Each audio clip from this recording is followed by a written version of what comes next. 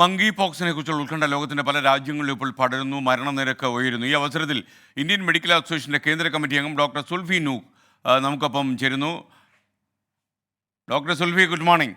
യഥാർത്ഥത്തിൽ ഈ കുറച്ച് ദിവസങ്ങൾക്ക് മുമ്പ് തന്നെ ഈ ലോകാരോഗ്യ സംഘടന ഇത് വളരെ ഗൗരവത്തോടെ കാണണമെന്ന മുന്നറിയിപ്പ് ലോകത്തിന് നൽകിയിരുന്നു. ഇപ്പോഴെന്താണ് ഇതിൻ്റെ അവസ്ഥ? ഇന്ത്യയിലെ ഒരു ചെറുപ്പക്കാരൻ ചികിത്സയുമായി വന്ന സാഹചര്യത്തിൽ നമുക്ക് ഒരു ആപൽശങ്കയുടെ കാര്യമുണ്ടോ?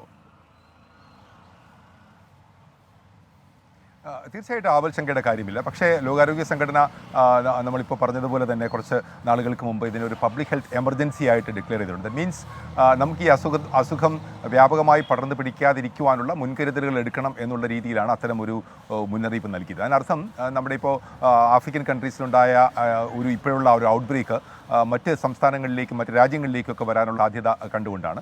അപ്പോൾ നാം അടിസ്ഥാനപരമായി ചെയ്യേണ്ടത് ഈ കാര്യത്തെക്കുറിച്ച് ഒരു പടർന്നു പിടിക്കുന്ന ഒരു രോഗമായിട്ട് ഒരു കേരളത്തിൽ അല്ലെങ്കിൽ ഭാരതത്തിൽ ഒരു പബ്ലിക് ഹെൽത്ത് എമർജൻസി ആയി മാറിയിട്ടില്ല.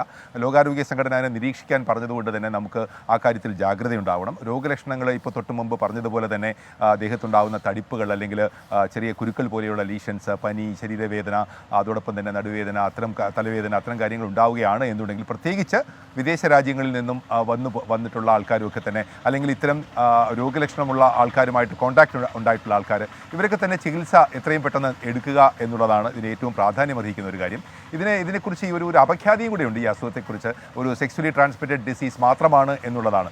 തീർച്ചയായിട്ടും അങ്ങനെയല്ല. സെക്സ്വലി ട്രാൻസ്മിറ്റഡ് ഡിസീസ് അങ്ങനെ ഉണ്ടാകാം. പക്ഷേ എങ്കിൽ പോലും അല്ലാതെയുള്ള സമ്പർക്കത്തിൽ, അതായത് ഒരാളുമായിട്ട് അടുത്തിടപഴകുക, അദ്ദേഹത്തിൻ്റെ സെക്രീഷൻസ് അല്ലെങ്കിൽ അടുത്തിരുന്ന് സംസാരിക്കുമ്പോൾ ഉണ്ടാകുന്ന സെക്രീഷൻസിൽ നമുക്ക് കോൺടാക്റ്റ് ഉണ്ടാകുക, അങ്ങനെ ഉണ്ടാകുകയാണെങ്കിൽ ഈ രോഗം പകരാനുള്ള സാധ്യതയുണ്ട്.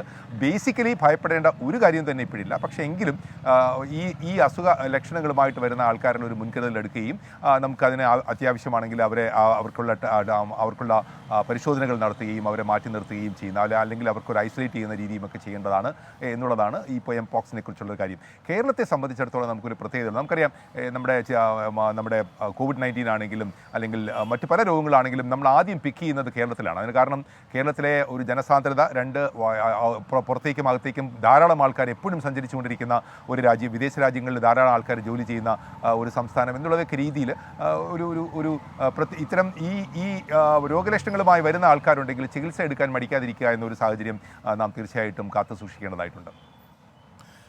ഡോക്ടറെ, മറ്റൊരു കാര്യം, നമ്മുടെ ഈ മലയാളികൾ ഒരുപാട് യാത്ര ചെയ്യുന്നുണ്ട്. എയർപോർട്ടുകളൊക്കെ തന്നെ അന്തർദേശീയ യാത്രകൾ നടത്തുന്ന ഒരുപാട് ആൾക്കാരുണ്ട്. ഇപ്പോൾ തന്നെ എയർപോർട്ടുകളിൽ ചില സ്ഥലത്തൊക്കെ വാക്സിനേഷൻ വേണ്ട എന്നൊക്കെ പറയുന്ന കെട്ടുകഥകളൊക്കെ പ്രചരിക്കുന്നുണ്ട്. ചില സ്ഥലത്ത് ഇതുണ്ടെന്ന് പറയുന്നു. അപ്പോൾ ഈ നമുക്ക് മലയാളി ജനസമൂഹം, ഒരുപാട് യാത്ര ചെയ്യുന്ന മലയാളി ജനസമൂഹം എന്ത് മുൻകരുതലാണ് ഇക്കാര്യത്തിൽ എടുക്കേണ്ടത്? നമുക്ക് അങ്ങനെ നമുക്കറിയാം, നമ്മുടെ കോവിഡിൻ്റെ സമയത്തൊക്കെ തന്നെ സ്പെഷ്യൽ പ്രിക്കോഷൻസ് ഒക്കെ നമ്മൾ എടുത്തിരുന്നു. അത്തരം ഒരു സാഹചര്യത്തിലേക്ക് തീർച്ചയായിട്ടും എത്തിയിട്ടില്ല. നമുക്കിപ്പോൾ യാത്ര ചെയ്യുമ്പോൾ ബേസിക്കലി നാം സൂക്ഷിക്കേണ്ട കാര്യങ്ങൾ, അതായത് ഫോർ എക്സാമ്പിൾ നമ്മുടെ പേഴ്സണൽ ഹൈജീൻ വളരെ കൃത്യമായിട്ട് സൂക്ഷിക്കുക. അത് യാത്ര ചെയ്യുമ്പോഴാണെങ്കിലും അല്ലാതിരിക്കുന്ന സാഹചര്യത്തിലാണെങ്കിലും നമ്മുടെ കൈകൾ ശുദ്ധമായിട്ടിരിക്കുക. ഓരോ തവണയും മറ്റ് കാര്യങ്ങളിലൊക്കെ മീൻസ് നമ്മൾ മറ്റ് ആൾക്കാരുമായിട്ട് സമ്പർക്കത്തിലിടുമ്പോൾ ഒരു പേഴ്സണൽ ഹൈജീനിൽ പ്രത്യേക ഒരു ശ്രദ്ധ ഉണ്ടാകണം. രോഗലക്ഷണമുള്ള ആൾക്കാർ അവർ തന്നെ സ്വയം ശ്രദ്ധിച്ചുകൊണ്ട് മറ്റ് കോൺടാക്ട്സിലേക്ക് പോകാതിരിക്കാനുള്ള ശ്രദ്ധയുണ്ടാകണം. തൽക്കാലം നമുക്ക് വിദേശ രാജ്യങ്ങളിലേക്ക് ഇന്ന് വരുന്ന ആൾക്കാരിലോ അല്ലെങ്കിൽ യാത്ര ചെയ്യുന്ന ആൾക്കാരിലോ ഒക്കെ തന്നെ സ്പെഷ്യൽ പ്രിക്കോഷൻസ് എന്ന് പറഞ്ഞ് എംപോക്സിന് വേണ്ടി മാത്രമായിട്ടുള്ള രീതികൾ സ്വീകരിക്കേണ്ട. പക്ഷേ പേഴ്സണൽ ഹൈജീനിലും 1-to-1 കോൺടാക്ട് വരുമ്പോഴൊക്കെ തന്നെ ഇത്തരം കാര്യങ്ങളിൽ ഒരു പ്രത്യേക ശ്രദ്ധ കാത്തു സൂക്ഷിക്കേണ്ടതാണ് താൽക്കാലികമായിട്ട് നാം ചെയ്യേണ്ടത്. Okay, thank you doctor Sulphi Noohu. Indian medical അസോസിയേഷൻ്റെ ദേശീയ എക്സിക്യൂട്ടീവ് കമ്മിറ്റി അംഗമാണ് ഡോക്ടർ സുൽഫി നൂഖ്. എന്തായാലും എംപോക്സ് ലോകത്തിൻ്റെ പല രാജ്യങ്ങളിലും പടരുന്നു എന്നത് യാഥാർത്ഥ്യമാണ്. ആപൽശങ്ക വേണ്ട എന്നാണ് ഡോക്ടർ സുൽഫി പറയുന്നത്. അതുപോലെ പ്രിയപ്പെട്ട ശ്രീകുമാർ പറയുന്നു, ദയവ് ചെയ്ത് ഈ സെൻസേഷണലായിട്ടുള്ള വാർത്തകൾക്ക് മാത്രം പിന്നാലെ പോകുന്ന അവസ്ഥ ഉണ്ടാകാതിരിക്കാൻ പ്രിക്കോഷനായി ശ്രീകുമാർ ഒരു യൂട്യൂബ് സന്ദേശം അയച്ചിരിക്കുന്നു. ഇതിൽ നമുക്കൊരു നിലപാടുണ്ട്. മലയാള വാർത്താ ചാനൽ രംഗത്ത് ചില പുതിയ പ്രവണതകൾ വരുന്നു എന്നത് യാഥാർത്ഥ്യമാണ്.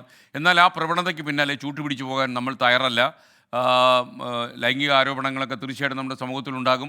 ആ വാർത്തകളൊക്കെ നമുക്ക് ചിലപ്പോൾ ക്യാരി ചെയ്യേണ്ടി വരും. എന്നാൽ ആ വാർത്തകൾ മാത്രം കൊടുത്തൊരു വാർത്താ ചാനൽ നിറയ്ക്കുക എന്ന് പറയുന്നൊരു ഉദ്യമം നമ്മുടെ ഭാഗത്തുനിന്ന് ഉണ്ടാകില്ല. 24 അക്കാര്യത്തിൽ വളരെ നയപരമായ തീരുമാനം എടുത്തു കഴിഞ്ഞു എന്നുള്ളതാണ് യാഥാർത്ഥ്യം. വളരെ ചെറിയ പ്രായമുള്ള കുഞ്ഞുങ്ങളും അതുപോലെ തന്നെ കുട്ടികളും അമ്മമാരും രക്ഷകർത്താക്കളും വീട്ടിലിരുന്ന പ്രായമായ ആളുകളും കൂട്ടമായി ഗ്രൂപ്പായിട്ട് കാണുന്ന ഒരു ടി വി ന്യൂസ് ചാനലാണ് 24 എന്ന് നമുക്കറിയാം. അതുകൊണ്ട് അവരെയൊക്കെ വേദനിപ്പിക്കുന്ന രീതിയിലുള്ള വാർത്താ പ്രക്ഷേപണമോ അതേപോലുള്ള ടെക്സ്റ്റിങ്ങോ നമ്മൾ ചെയ്യാൻ ഉദ്ദേശിക്കുന്നില്ല. പക്ഷേ അതേസമയം ചില വാർത്തകളെ നമുക്ക് അവഗണിക്കാൻ കഴിയില്ല. ആ വാർത്തകൾ പോലും കുടുംബ പ്രേക്ഷകർക്ക് സ്വീകാര്യമാകുന്നതിൽ പൊതിഞ്ഞ് സംപ്രേഷണം ചെയ്യാൻ കഴിയുമോ എന്ന കാര്യം കൂടി നമ്മൾ ആലോചിക്കും.